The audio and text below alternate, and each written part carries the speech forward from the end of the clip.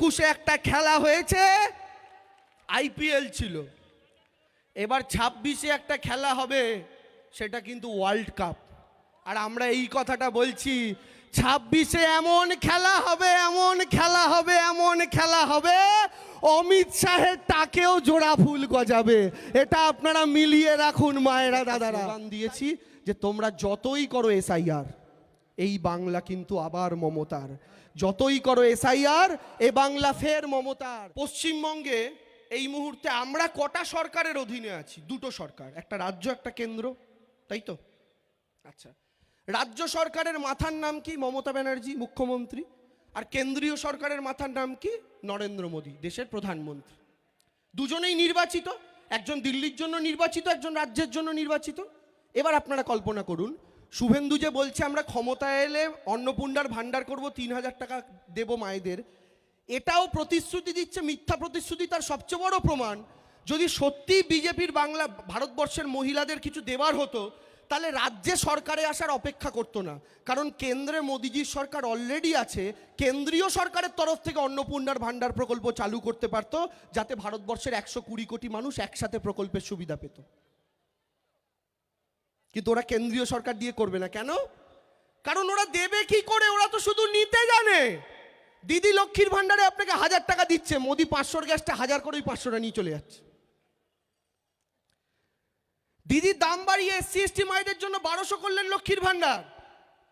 আর নরেন্দ্র মোদী ভাবলেন এই 200 টাকা বাড়িয়েছে, এক কাজ কর, পেট্রোলে 50 বাড়া, গ্যাসে 50 বাড়া, ডালে 50 বাড়া, চিনিতে 50 বাড়া, সর্ষের তেলে 50 বাড়া, দিদি যে টাকাটা দিচ্ছে ওটা হাওয়া।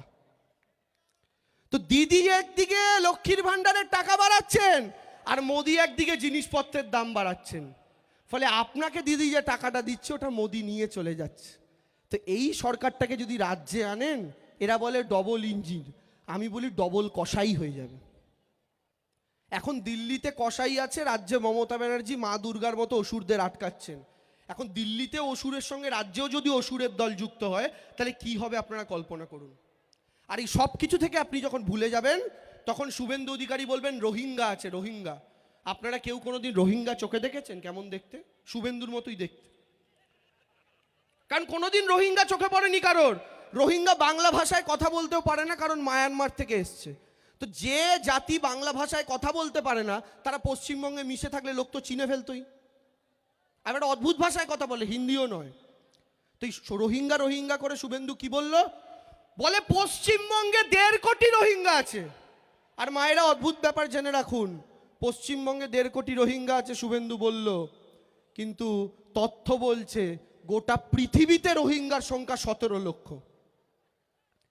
তো যে জিনিসটা গোটা পৃথিবীতে 17 লাখ, সেটা কি বাংলায় 1.5 কোটি থাকতে পারে? তো এইভাবে মিথ্যাচারের রাজনীতি এরা করে।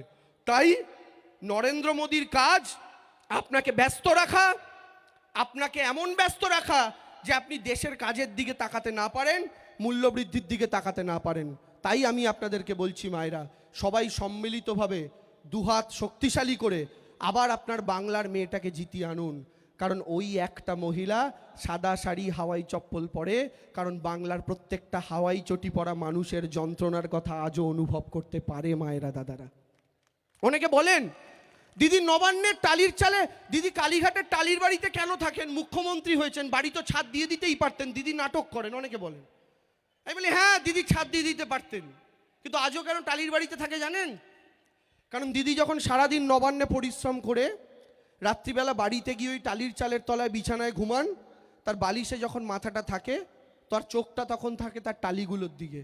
আর দিদি যখন ওই টালিগুলোর দিকে তাকাতে তাকাতে ঘুমান, তখন বাংলার প্রত্যেকটা টালির নিচে থাকা মানুষের যন্ত্রণার কথা ভাবতে ভাবতে ঘুমোতে পারেন। এই জন্য দিদি আজও হাওয়াই চপ্পল পরেন, আজও টালির চালের বাড়িতে থাকেন, আজও ওই ফিনফিনে সাদা শাড়ি পরেন। তাহলে মুখ্যমন্ত্রী হওয়ার আগে যে মমতাকে আপনারা দেখেছেন মায়েরা দাদারা, আজ 15 বছর পরও সেই মমতাই আপনাদের, সেই মমতাই আছে। কিন্তু আজ থেকে 15 বছর আগে যে মোদিকে দেখেছিলেন, ছোটবেলার গল্প শুনতেন, চা বিক্রি করত, সেই মোদি আজকে 10 লাখ টাকার স্যুট পরে 8,000 কোটির প্লেনে ঘোরে। মোদি 8,000 কোটি খরচ করে নিজের জন্য বিমান কেনে, আর দিদি 8,000 কোটি খরচ করে বাংলার মায়েদের সেই টাকাটা লক্ষ্মীর ভাণ্ডারে ভাগ করে দেয়। এখন সেই মোদির পার্টিকে বাংলায় আনবেন কিনা কোটিপতিদের সুরক্ষার জন্য, সেটা আপনাদের সিদ্ধান্ত নিতে হবে।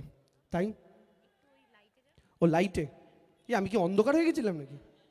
আমাকে এসআইআর ভাগিয়ে দিতে এক্ষুনি। আচ্ছা, তাই আমি আপনাদেরকে বলি, আমি আসলে আরও কাছে যাওয়ার চেষ্টা করছিলাম, তাই আমি আপনাদের বলি বক্তব্য দীর্ঘায়িত না করে শুধু মায়েরা দাদারা দুহাত তুলে এইটুকু বলুন, আপনাদের দিদির পাশে থাকবেন তো? গলার জোর চাই, দিদির পাশে আছেন তো? হ্যাঁ। বাংলার মেয়ের পাশে আছেন তো? বাংলার মেয়ের পাশে আছেন তো? বাংলা বিরোধী, বাংলা ভাষা বিরোধী বিজেপিকে ভাগাবেন তো? আর শুনুন, বিজেপি যদি রাজ্যে ক্ষমতায় আসে মাছ মাংসও খেতে দেবে না। ওরা কিন্তু এই পনির টিক্কা, পনির বাটার মশলা, শাহি পনির, বাটার পনির এই পার্টি। মাছ মাংস ডিম মটন মুরগি সব ভুলে যেতে হবে। কদিন আগে ব্রিগেডে দেখেছেন একজন চিকেন প্যাটিস বিক্রি করছিল বলে তাকে মারলো। বিজেপি বলছে ওখানে একটা গীতা পাঠ চলছে, কেন চিকেন প্যাটিস বিক্রি করবে? আমি বলি যে বাবু, তোমরা কি প্যান্ডেলের বাইরে লিখে রেখেছিলে কোথাও এখানে আমিষ নিয়ে প্রবেশ নিষেধ? যদি লিখে রাখতে ঢুকতো মানতাম লোকটার অপরাধ। আর আমাদের বাঙালি হিন্দুরা তো দুর্গা পুজোয় হাতে এগরোল নিয়ে প্যান্ডেলে ঢোকে। আমরা তো এই ধর্মে বিশ্বাসী। আমাদের বাঙালি হিন্দুদের তারাপীঠ মন্দিরে মাকে শোল মাছের ভোগ দেওয়া হয়। আমাদের এখানে মা রক্ষাকালীর সামনে পাঁঠার বলি দিয়ে তাকে সেই মাংস অর্পণ করা হয়। আমরা সেই বাঙালি জাতি, আমরা নিরামিষের বাঙালি জাতি নই, আমরা আমিষের বাঙালি জাতি, যারা মাকেও আমিষের ভোগ দিই। আর ওরা সেটাও বদলে দিতে চাইছে। তাই আপনাদের বলি, বিজেপিকে ভোট দেওয়া মানে কিন্তু এই বাঙালির সংস্কৃতি কালচারটাকেও নষ্ট করে দেওয়া।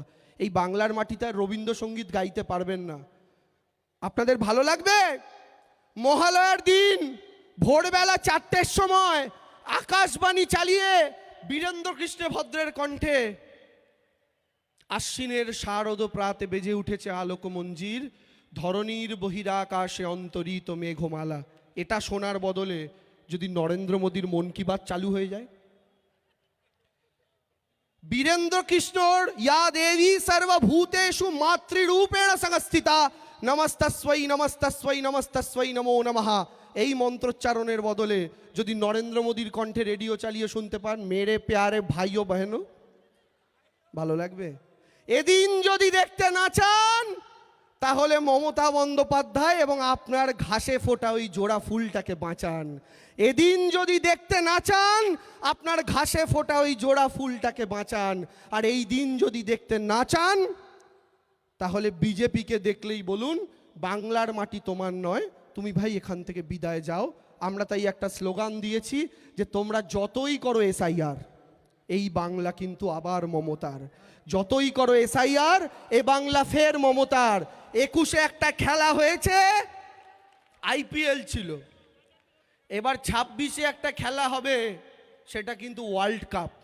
আর আমরা এই কথাটা বলছি, 26-এ এমন খেলা হবে, এমন খেলা হবে, এমন খেলা হবে, অমিত শাহের টাকেও জোড়া ফুল গজাবে। এটা আপনারা মিলিয়ে রাখুন মায়েরা দাদারা। তাই বক্তব্য দীর্ঘায়িত না করে আমি চাই আমার সাথে গলার জোরে আপনারা দিদির নামে জয়ধ্বনি দিয়ে বলুন মমতা ব্যানার্জি।